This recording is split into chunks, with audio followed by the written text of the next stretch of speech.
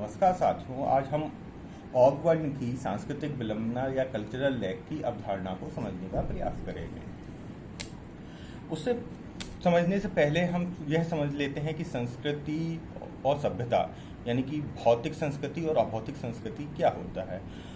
साथियों, अभौतिक संस्कृति से आशय है हमारे आचरण, विचार, नियम, कानून, धर्म, ऐसी तथ्य जिसको हम छू नहीं सकते हैं, देख नहीं सकते हैं, वह सारी संस्कृति हमारी अभौतिक संस्कृति कहलाती है। ऐसी संस्कृति जिसको हम छू नहीं सकते, विचार को हम छू नहीं सकते हैं, आचरण को हम छू नहीं सकते हैं, ये संस्कृति हमारी अभौतिक संस्कृति कहलाती है। वह संस्कृति जिसको हम छू सकते हैं, आंखों से देख सकते हैं, वह हमारी भौतिक संस्कृति कहलाती है, जिसको की सभ्यता भी कहा गया है। यह बंटवारा जानबूझकर किया गया बंटवारा है, केवल समझने के लिए किया गया बंटवारा है, जिसमें संस्कृति और सभ्यता में इसको संस्कृति को डिवाइड कर दिया गया है। वास्तविकता में ऐसा कोई बंटवारा नहीं है, केवल समझने की दृष्टि से भौतिक संस्कृति और अभौतिक संस्कृति, भौतिक संस्कृति को सभ्यता और अभौतिक संस्कृति को संस्कृति बोला गया है।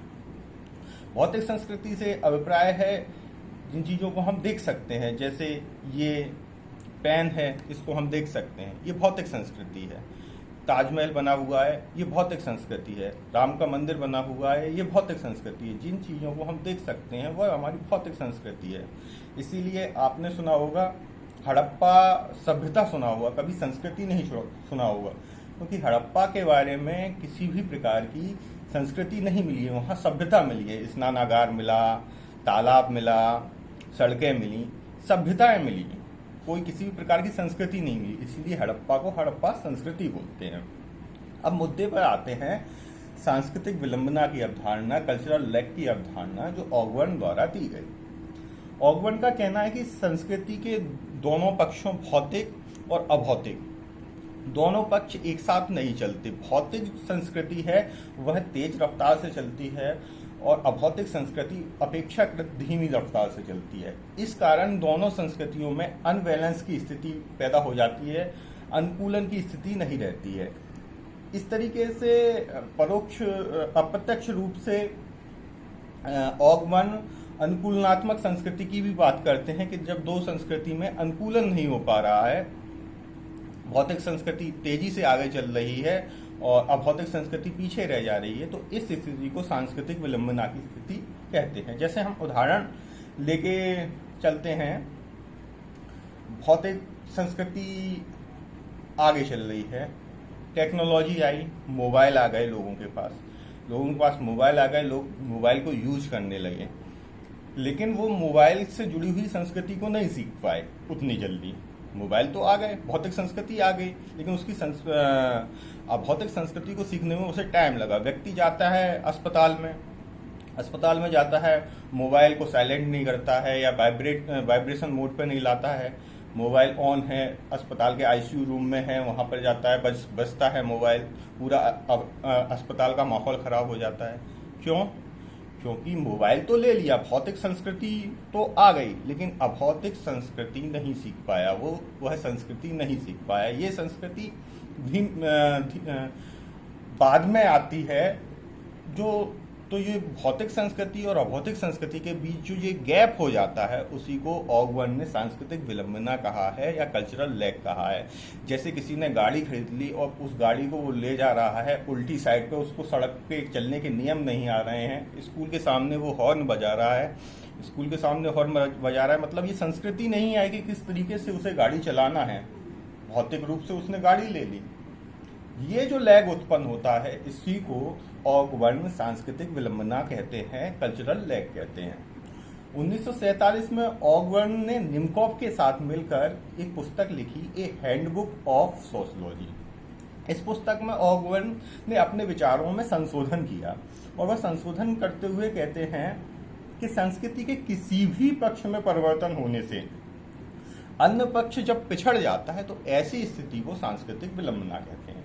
अभी तक ऑगबर्न क्या कह रहे थे कि भौतिक पक्ष आगे चला जाता है और सांस्कृतिक पक्ष, अभौतिक पक्ष पीछे हो जाता है संस्कृति का। इसके कारण सांस्कृतिक विलंबना उत्पन्न होती है। परंतु अब ऑगबर्न ने जब निमकॉफ के साथ मिलकर अध्ययन किया, ए हैंडबुक ऑफ सोशियोलॉजी नामक पुस्तक में वह लिखते हैं कि संस्कृति के किसी भी पक्ष का आगे एक पक्ष जब आगे निकल जाता है और एक पक्ष पीछे रह जाता है तो इसे सांस्कृतिक विलंबना कहते हैं। इसको कई उदाहरणों जैसे बताते हैं। वो कहते हैं कि उद्योगों का तो विकास तेजी से हुआ, लेकिन श्रमिकों के हितों की ध्यान नहीं दिया गया। श्रमिकों के लिए ऐसे कोई कानून नहीं बने जिससे श्रमिकों का हित हो, श्रमिकों की अधिकारों की सुरक्षा हो। उद्योग बढ़ गए तो ये इससे क्या है, समाज में विघटन पैदा हुआ। क्यों? क्योंकि सांस्कृतिक विलंबना की स्थिति थी। उद्योग तमाम बन गए, तमाम उद्योगपति पूंजीपति, अनेक प्रकार के उत्पादन होने लगे बड़ी संख्या में, लेकिन मजदूरों की वही स्थिति बनी रही। उनके लिए सही कानून नहीं बने, उनके हित के लिए सही कानून नहीं बने। तो ये लैग की स्थिति, सांस्कृतिक विलंबना की स्थिति उत्पन्न हो गई। जैसे यातायात के साधन, गाड़ी, बाइक, फिर आज हर घर में, लगभग हर मध्यम वर्गीय घर में 4 व्हीलर मिल जाएगी, लेकिन उसकी जो संस्कृति है, जो उसके नियम हैं, वो बाद में आ पाए। तो इनके बीच जो विलंबना उत्पन्न हुई उसको सांस्कृतिक विलंबना। जैसे कृषि में तमाम यंत्रों की वृद्धि हो गई, तमाम तरीके के यंत्र आ गए, लेकिन भूमि सुधार कार्यक्रम समय पर लागू नहीं हुआ या कानून बनने में देर हुई। तो तमाम औजारों का क्या मतलब है? ट्रैक्टर है, रोटीवेटर, कल्टीवेटर, तमाम चीज़ें हैं, एक से एक खेती के औजार आ गए, लेकिन जो भूमि सुधार है उसके ऊपर कोई कानून नहीं बना, उसके ऊपर कोई काम नहीं हुआ। तो ये दोनों संस्कृतियों के बीच में एक तरफ तो उसके जो खेती के लिए जो विधियां हैं वो तमाम तैयार हो गई कि इस तरीके से ऐसी खेती की जाए, लेकिन सरकार द्वारा जो कानून है भूमि सुधार के लिए वह नहीं बनाए गए। तो इन दोनों के बीच विलंबना उत्पन्न हो जाती है और यहीं पर विघटन उत्पन्न हो जाता है। इसी को ऑगवन की सांस्कृतिक विलंबना की अवधारणा कहते हैं। मैकाइवर एवं पेज सांस्कृतिक विलंबना को तकनीकी विलंबना, जबकि स्टुअर्ट चेज टैंडम विलंबना के नाम से जानते हैं। धन्यवाद।